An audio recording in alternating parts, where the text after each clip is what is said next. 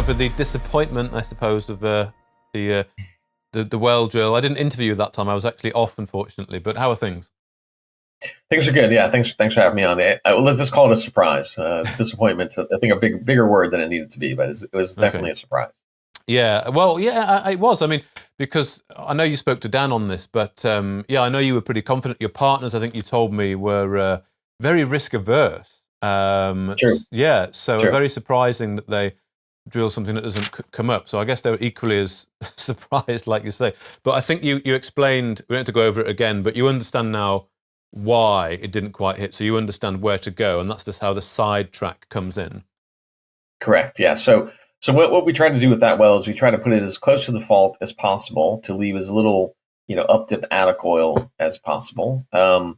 And so we pushed it as the closest well to the fault, and we just got a little too close. So as that fault is formed, you get kind of parts of the reservoir smearing and other parts being clipped. So instead of having 25 feet of pay, we had 2, and so that wasn't enough to complete the well. So what we needed to do is we needed to sidetrack it towards, away from the fault where we knew the sand was. And based on the rules in Texas, you have to be 330 feet off the lease line.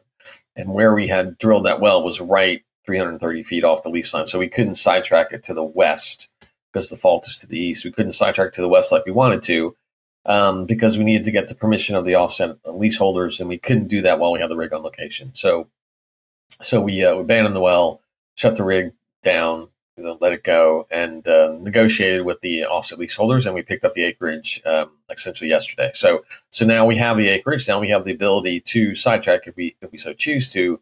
And so that's this picking up this acreage gives us a lot of flexibility, not only on the sidetrack aspect of it, but also on the enhanced recovery aspect of it too. Because in addition to picking up the acreage, we picked up 2 wells. One's called the Daniel well, and one's called the Turner well. The Turner well, we can return to production, we believe, in relatively short order. It had an issue on surface that caused the tanks on location to become inoperable. So we can fix that relatively quickly. And then the Daniel well to the north is not something that we can produce, but we can use that as a future water injector. Okay. So what we suffer from in the Fauke area is that the wells came in at a very high rate, and then they started to decline, and they've been kind of flat at about 100 barrels a day between them for the last almost 18 months now. And the reason for that decline was a dropping reservoir pressure. And so as a result of that, you don't have as much energy in the system. And to put energy back in, we need to put some water in the ground. And so by putting water in the ground, we raise the pressure. We then push oil from the injector to the producer, which is where the Fauke's wells are. And so that will make this acquisition really important as we progress. So it gives us the ability to sidetrack, gives us the ability to start injection. So it allows us to essentially fully develop the Fauke area, because the rest of Pine Mills is already under water flood. So we need to implement that here, right? So the new acreage then, it gives you these 2 wells. Will it add a bit more production, or is it more for the water injection? It's both. So initially, we think we can return the Turner well to production, and it'll be low. It'll be between 10 and 30 barrels a day, we assume. The Daniel well, we can't. It'll be just only used for an injector. But then ultimately, the way things work is we have leaseholders, lease owners. The offset acreage also has royalty owners. We have to form a unit. And once we form that unit, then we can essentially inject water into one well and produce oil in another, and everybody shares in that because it's a combined unit, so everybody gets an economic participation. And so that takes a little bit of time. It takes the approval of the Railroad Commission, which is the state regulator, to do that. And so all these things are going to start now. And so the question that we are asking ourselves at the moment is, at the moment we've got 2 wells that are teed up to go. We have 1 well ready to go, which is going to be the Fauke-4, and then we have the potential to sidetrack. And the question that our partners and ourselves are asking us is that, should we do that now, or should we form the unit, essentially drill this, put water in the ground, pressure up the system, and then drill these wells once we have let's just say a reservoir that can produce at much higher rates. Right. And so that's the question. That's the question we're asking ourselves at the moment. We need to assess that out. Okay.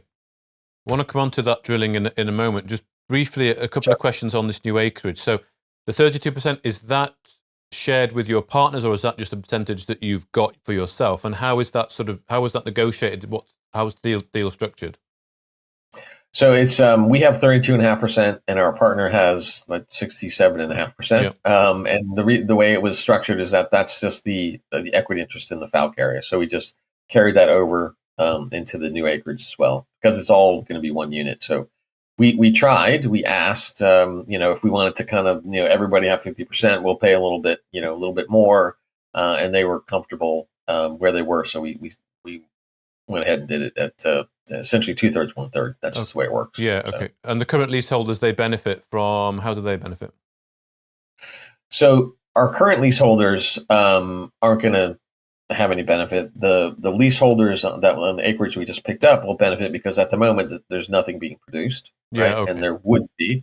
The offset acreage holder only had those 2 wells. They really couldn't form a water flood unit by themselves, and so had they done what they were planning to do, which was to plug the wells, the offset leaseholders would have gotten nothing. Okay. So now that we have it, we can form this water flood unit. They will benefit. They'll have a revenue share of the water flood, and so that's why we picked it up.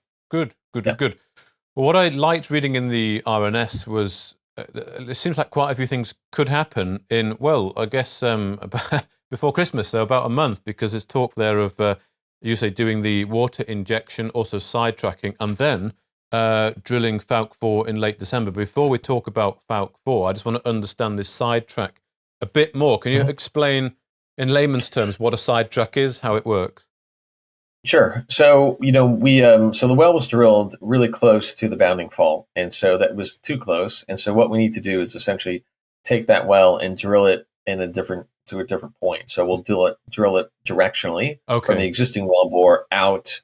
It'll go west towards the new leasehold. At the moment, we have it projecting to go about 150 feet west. Okay. And so that way we'll get into the thick part of the sand. Okay. So essentially we'll keep the same surface location. We'll just drill a directional well. We only have to drill about 600 feet of new hole to get to where we want to go. And so it's, we've put in a cost estimate on of about $150,000 gross, of which we'd be a third. So we're 50. Okay. So that's what the sidetrack would be. Okay. And then, Fauke-4 hasn't moved, because Fauke-4 was always a further distance from that fault, because that fault kind of trends to the northwest. Yep. And so the Fauke-4 location was a similar distance from the fault as the Fauke 1 and 2 wells were. So, so we don't have to move that location. Good. Okay. Well, that's good. So $50K to get the sidetrack, and it's probably about $300,000, I guess, your percentage for the Fauke. So you can afford that. Everything's costed for. Yeah, we can. Yeah, so we can. And at the moment, the Fauke-4 is on the rig schedule for the last week in December. There are 3 wells ahead of us, prior to getting back to location. And so, so that's where we are at the moment. Like I said, we're discussing with our partners. Of the 3 wells that are on the schedule, one of them, our partner is drilling without us. We're not part of it. Okay. And so we'll see. If they drill a dry hole, they may not want to drill another one this year, because they don't drill many dry holes, thankfully for them. And so we'll see. So it's a work in progress. Okay. We may decide to essentially focus everything on just drilling, just implementing the water flood, because we'll probably get another 100 barrels a day out of the water flood almost initially, because once we start putting water in the ground, we'll pressure up and we'll get those the Fauke 1 and 2 producing at where they should be. So we may kind of change tack and do that, but that's to be determined. Okay. So at a minimum, then you'd want that extra 100 barrels of oil per day from that water flood by year end, and in a best case scenario, you'll have what? Three more wells, including the small one at not the Daniel, but the other one. Daniel, Daniel well. I'm sorry, the Turner well. So we have a couple scenarios. So I think what we will get is we'll put the Turner well on pretty much straight away, but it'll be a small small amount of production.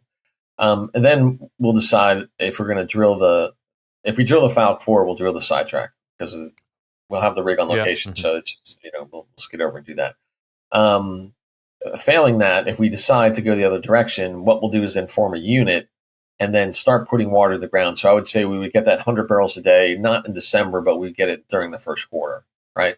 So we would pressure up the reservoir over the let's say over the first quarter, get it back up to somewhere close to original reservoir conditions, and then drill those wells. So they'd be probably second quarter 2026. Okay. And that will allow us to, one, understand how the water flood's working, two, pressure it up so when we hit these wells, we can bring them on at 100, 124 barrels a day for sure, because the reservoir pressure's there and they can deliver.